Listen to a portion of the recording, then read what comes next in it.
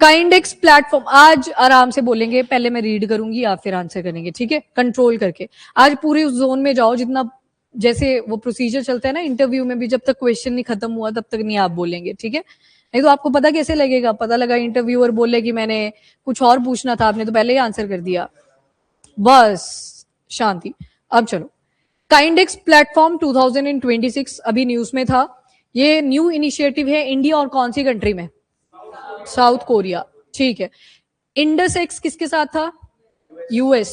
और फ्रिंडेक्स फ्रांस, ठीक है। और ये डिफेंस इनोवेशन टाइज हैं, तो ये भी याद रखना साथ में। Next is which of the following district are officially designated as nodes under Uttar Pradesh defence industrial corridor. 2 corridors आपने उस दिन पढ़े थे, तो यूपी का यहां पे आपसे पूछा है। Select the correct code. Aligarh, Varanasi, Jhansi, Chitrakoot, Agra. दूसरा बताओ था? वाराणसी नहीं था, दूसरा कट गया तो आंसर बच गया आपके पास बी, ठीक है। तो यहाँ पे कानपुर, लखनऊ वगैरह एडेड है, वाराणसी नहीं है। Which of the following cities are officially designated as nodes under Tamil Nadu defence industrial corridor? Madurai था? मदुरई नहीं था, बाकी तो सारे ही थे, 1, 2, 3 एंड 4, तो आंसर आ जाएगा सी। और बाकी तिरुचिरापल्ली ये भी था यहाँ पे एक डिफेंस कॉरिडोर में included. With reference to K9 Vajra T tracked self propelled howitzers, consider the following statement. और एक आर्टिकल अभी यूएस और इंडिया का भी आ रखा है हॉविट्जर्स को लेके, वो भी हमने देखना है। इंडिजिनस आर्टिलरी गन है जिसे डेवलप करा है entirely bye DRDO, make in India initiative के अंडर। दूसरा बोल रहा है ये जो वेपन सिस्टम है इसे इंटीग्रेट करा गया है ऑटोमेटेड फायर कंट्रोल सिस्टम के साथ, और ये मल्टीपल राउंड साइमल्टेनियसली फायर कर सकता है। थर्ड बोल रहे हैं एडवांस्ड वेरिएंट है हॉविट्जर्स का जो स्पेशली ऑप्टिमाइज्ड है for operation in high altitude cold desert terrain like Ladakh. 2 and 3 first गलत है। कौन सी कंपनी? एक एलएनटी, वो तो इंडिया की आ गई, और डीआरडीओ का तो इनिशिएटिव था ना, कंपनी एक एलएनटी था और दूसरा साउथ कोरिया की थी हनवा एरोस्पेस, तो इन दोनों ने मिलकर बनाया है। ये प्योरली मेक इन इंडिया नहीं है, इसमें जो टेक्नोलॉजी है वो हमें साउथ कोरिया ने भी बताई थी, बाकी दोनों ठीक है। तो फोर्थ का आंसर हो जाएगा सी।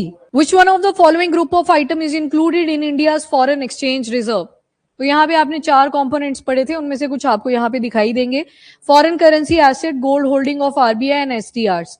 Foreign currency asset, gold holding of RBI and loan from the World Bank. Foreign currency asset, loan from the World Bank and STRs.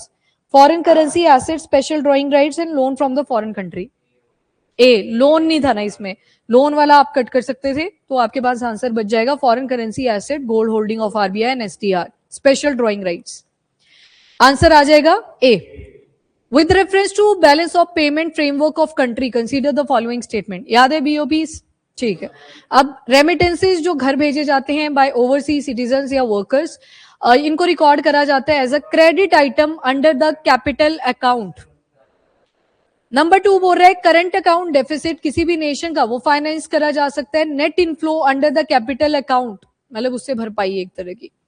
Errors और ओमिशन अगर कोई भी होते हैं डिस्टिंक्ट बैलेंसिंग के टाइम पे, अब देखो जो रेट्स वगैरह है वो फ्लक्चुएट करते हैं तो एरर्स भी आते हैं, तो उसी चीज को लेके बोल रहा है ये। तो under the current and capital account, देखो पहला तो गलत है क्योंकि आपने देखा था रेमिटेंसेस किस में आए थे? करंट अकाउंट में आए थे। बाकी ये दूसरा तो ठीक है, करंट अकाउंट डेफिसिट, क्योंकि बैलेंस ऑफ पेमेंट में आपने क्या देखा था, शायद करंट अकाउंट वाली साइड में नेगेटिव आए वैल्यू, पर जो करंट कैपिटल अकाउंट था उसमें पॉजिटिव आए। ओवरऑल हमारे पास माइनस करके प्लस करके सारा बैलेंस ऑफ पेमेंट निकल के आता है। और ये एरर और ओमिशन, एरर मतलब कोई गड़बड़ आ रही है, ओमिशन मतलब किसी चीज को आप कट कर रहे हो, ये करना पड़ता है जब रेट वगैरह फ्लक्चुएट करते हैं, जो कि अभी भी चल रही है सिचुएशन। और अभी ऑल टाइम हाई इंडिया में जो रुपये की वैल्यू है वो 100 पहुंच चुकी है पर डॉलर, ठीक है, इस टाइम पे, तो ये ऑल टाइम हाई आ चुका है। बस ये तो लर्न ही करना है, ये फ्लक्चुएशंस चल रही है। कोई बोल भी कैनेडियन डॉलर कहां से आ गया वासु, यहाँ पे यूएस डॉलर की बात हो रही है। ओके, ये रीजन न्यूज में था, Yavari Tapiche territorial corridor, Brazil and Peru. चलो ठीक है, गुड। यहाँ पे आपको सर्च तो नहीं कर लिया फटाफट से, पढ़ा था? अच्छा दे दिया तुमने टेस्ट, फिर तो सारे ठीक ही होंगे। अच्छा ठीक है ठीक है। तो Yavari Tapiche territorial corridor, which of the following measure can help a country increase its foreign exchange reserve? imposing higher tariff on non-essential import, increasing benchmark interest rate by central bank, providing fiscal incentive to export oriented sectors। सारे ही हैं, पहला क्या बोल रहे हैं, higher tariff अगर आप लगा दोगे नॉन एसेंशियल इंपोर्ट्स के ऊपर, तो ये तो ठीक है। Increasing benchmark interest rate by central bank, central bank जब इंटरेस्ट रेट, अच्छा ठीक है। Providing fiscal incentive to export oriented sector, ये तो ठीक है मेरे ख्याल से। इसमें दूसरा भी ठीक है, दूसरा भी ठीक है। Benchmark interest rate, it create a favourable global investor move capital into, अच्छा ठीक है ठीक है ठीक है ठीक है ठीक है। इंटरेस्ट रेट की बात कर रहे हैं, जब इंटरेस्ट रेट बढ़ेंगे तो ऑब्वियस सी बात है फॉरेन कंट्री वाले बोलेंगे कि अपना पैसा यहाँ पे डाल लेते हैं, तो ठीक तो बोल रहा है ये। जो फ्रेजाइल 5 वाली सिचुएशन 2013 में आई थी, वहां पे उल्टा ही तो हुआ था कंडीशन। पहले जहां पे यूएस ने बोला 1% इंटरेस्ट रेट देंगे, इंडिया ने बोला 5% दे देंगे, तुम यहाँ पे पैसा डाल दो। और जब यूएस ने बोला कि इकोनॉमी अब स्टेबल है तो आपको हम ज्यादा इंटरेस्ट देंगे, तो आप पैसा निकाल लो, तो कंट्री में से पैसा निकालना शुरू कर दिया गया। तो बिल्कुल ठीक है ये स्टेटमेंट। 1, 2 एंड 3 आंसर है। With reference to liberalized remittances scheme, consider the following statement. ये गोल्ड वाला जब आर्टिकल किया था तो उस दिन छूट गया था फ्राइडे को, तो हमने सैटरडे को इसको कंप्लीट किया है। आप एक बार रिकॉर्डेड वाला भी देख लेना। तो पहला बोल रहा है ये जो स्कीम है ये सारे रेजिडेंट इंडिविजुअल, कॉर्पोरेट एंटिटीज और हिंदू अनडिवाइडेड फैमिलीज इसमें सारे एलिजिबल है। रेजिडेंट इंडिविजुअल जो है वो रेमिटेड फंड्स को यूटिलाइज कर सकते हैं, कोई भी इमूवेबल प्रॉपर्टी ओवरसी अगर उनको परचेज करनी है।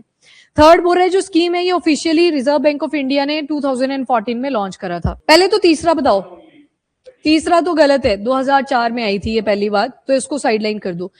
नंबर 2 देखो, लिबरलाइज्ड रेमिटेंसेस स्कीम, इसमें बोला था कि अगर इंडियंस चाहते हैं फॉरेन अपना पैसा भेजना तो भेज सकते हैं, किसी गिफ्ट की फॉर्म में, कोई एसेट परचेजिंग है, एजुकेशन है, तो उस केस के लिए। अब बताओ, देखो इसमें ऑल रेजिडेंट इंडिविजुअल इंक्लूडेड है, ऐसी कोई कंडीशन नहीं है कि कॉर्पोरेट एंटिटी वगैरह ये भी इंक्लूडेड होंगे। पहला गलत है, दूसरा ठीक है। जैसे मैंने डेफिनेशन ये आपको बता दी कि उसमें ओवरसी अगर कोई भी प्रॉपर्टी एसेट आपको परचेज करना है आप पैसा भेज सकते हो। और तीसरी गलत है क्योंकि ये 2004 में आई थी ना कि 14 में, तो एक स्टेटमेंट आपको इनेक्ट कब हुई थी कोई भी स्कीम उसके बेसिस पे बन जाती है। With reference to scramjet engine technology, consider the following statement. पहला बोल रहा है ये कंबशन अलाउ करता है while air flow through the engine remain at supersonic speed, पहली कंडीशन। नंबर 2 बोल रहा है ये रिक्वायर करता है एटमॉस्फेरिक ऑक्सीजन ताकि कंबशन प्रॉपर करी जा सके, और आउटर स्पेस में ये ढंग से नहीं वर्क कर सकता। स्क्रैमजेट इंजन ये जनरेट करते हैं thrust from a stationary condition, कोई भी इनिशियल बूस्ट सिस्टम इसमें रिक्वायर्ड नहीं होता है। तो आपने बताना है करेक्ट कौन सा है। 1 एंड 2, तीसरा तो गलत है बिल्कुल ही, इनिशियल बूस्ट तो चाहिए, तभी तो सॉलिड फ्यूल ज्यादा प्रेफर करा जाता है। ओके, 4 क्वेश्चन और, इनको भी कर लो। सिन गैस रिसेंटली न्यूज में थी, किन दो का मिक्सचर है, हाइड्रोजन एंड कार्बन मोनोऑक्साइड, तो आंसर हो जाएगा सी। विद रेफरेंस टू ओशिनोग्राफिक कलाकडल, ये इवेंट्स होते हैं, इनके रिस्पेक्ट में आपने स्टेटमेंट बतानी है। बोला ये सडन होते हैं flash flood like coastal flooding जो कि ट्रिगर होती है by high period swell waves. Number 2 बोल रहे हैं ये फिनोमिना टिपिकली अकर करता है along the south east coast of India during pre monsoon period, जब सारा वेदर ठीक होता है। एंड थर्ड बोल रहा है Indian National Centre for Ocean Information Services, INCOIS जिसका नाम है, उन्होंने स्वेल सर्च फोरकास्ट सिस्टम बनाया है ताकि इस इवेंट के रिलेटेड जो अलार्म्स हैं उनको रेज करा जा सके। 1 एंड 3, साउथ ईस्ट, ये तो तमिलनाडु की बात कर रहे हैं, और हमने देखा था वहां श्रीलंका एक बैरियर की तरह एक्ट करता है, तो यहाँ पे आंसर आना 1 एंड 3, 3, 3, 3। रुको, एक क्वेश्चन छूट गया। Rusty spotted cat, consider the following statement. पहला बोल रहा है इसे वर्ल्ड की स्मॉलेस्ट वाइल्ड कैट स्पीशी भी बोला जाता है और इसका वजन 1 to 1.5 kg। ये एंडेमिक है टू इंडियन सब कॉन्टिनेंट और population across India, Sri Lanka and Nepal. ये IUCN स्टेटस क्रिटिकली एंडेंजर्ड। और चौथा बोल रहा है ये इनहैबिट करते हैं मॉइस्ट ड्राई डेसिडुअस फॉरेस्ट वगैरह, ये ठीक है। IUCN स्टेटस, IUCN था क्या, नियर थ्रेटेड, ठीक है, गुड, नियर थ्रेटेड था। विद रेफरेंस टू सेहत mission, consider the following statement. ये सैटरडे को किया था आर्टिकल, लास्ट में मिल जाएगा आपको। ये ज्वाइंट नेशनल इनिशिएटिव है ICAR और ICMR का। ये एम करता है पब्लिक हेल्थ और न्यूट्रिशन को बूस्ट करने के लिए और बायोफोर्टिफाइड क्रॉप्स वगैरह के थ्रू। एंड तीसरा बोल रहा है ये automated online teleconsultation provide करता है, मेडिसिन डिलीवरी सर्विसेज प्रोवाइड करता है to the general public. 1 and 2 ठीक है, पर ये वाला भी सेहत ही है, पर उस सेहत को हम ऐसे लिखते हैं, हाँ नहीं सेहत लिखते हैं बस ऐसे, मतलब ये शॉर्ट हो जाता है ई, और ये ए बड़ा ही है इसमें। और ये डिफेंस में आया था, मिनिस्ट्री ऑफ डिफेंस का है, उन्होंने इसको अपने वेटरन हो गए और जो बाकी सिक्योरिटी पर्सोनल है उनके लिए लॉन्च करा था। वो टेली कंसल्टेशन वाला ही है, पर उसमें देखो ये स्मॉल है ई यहाँ पे।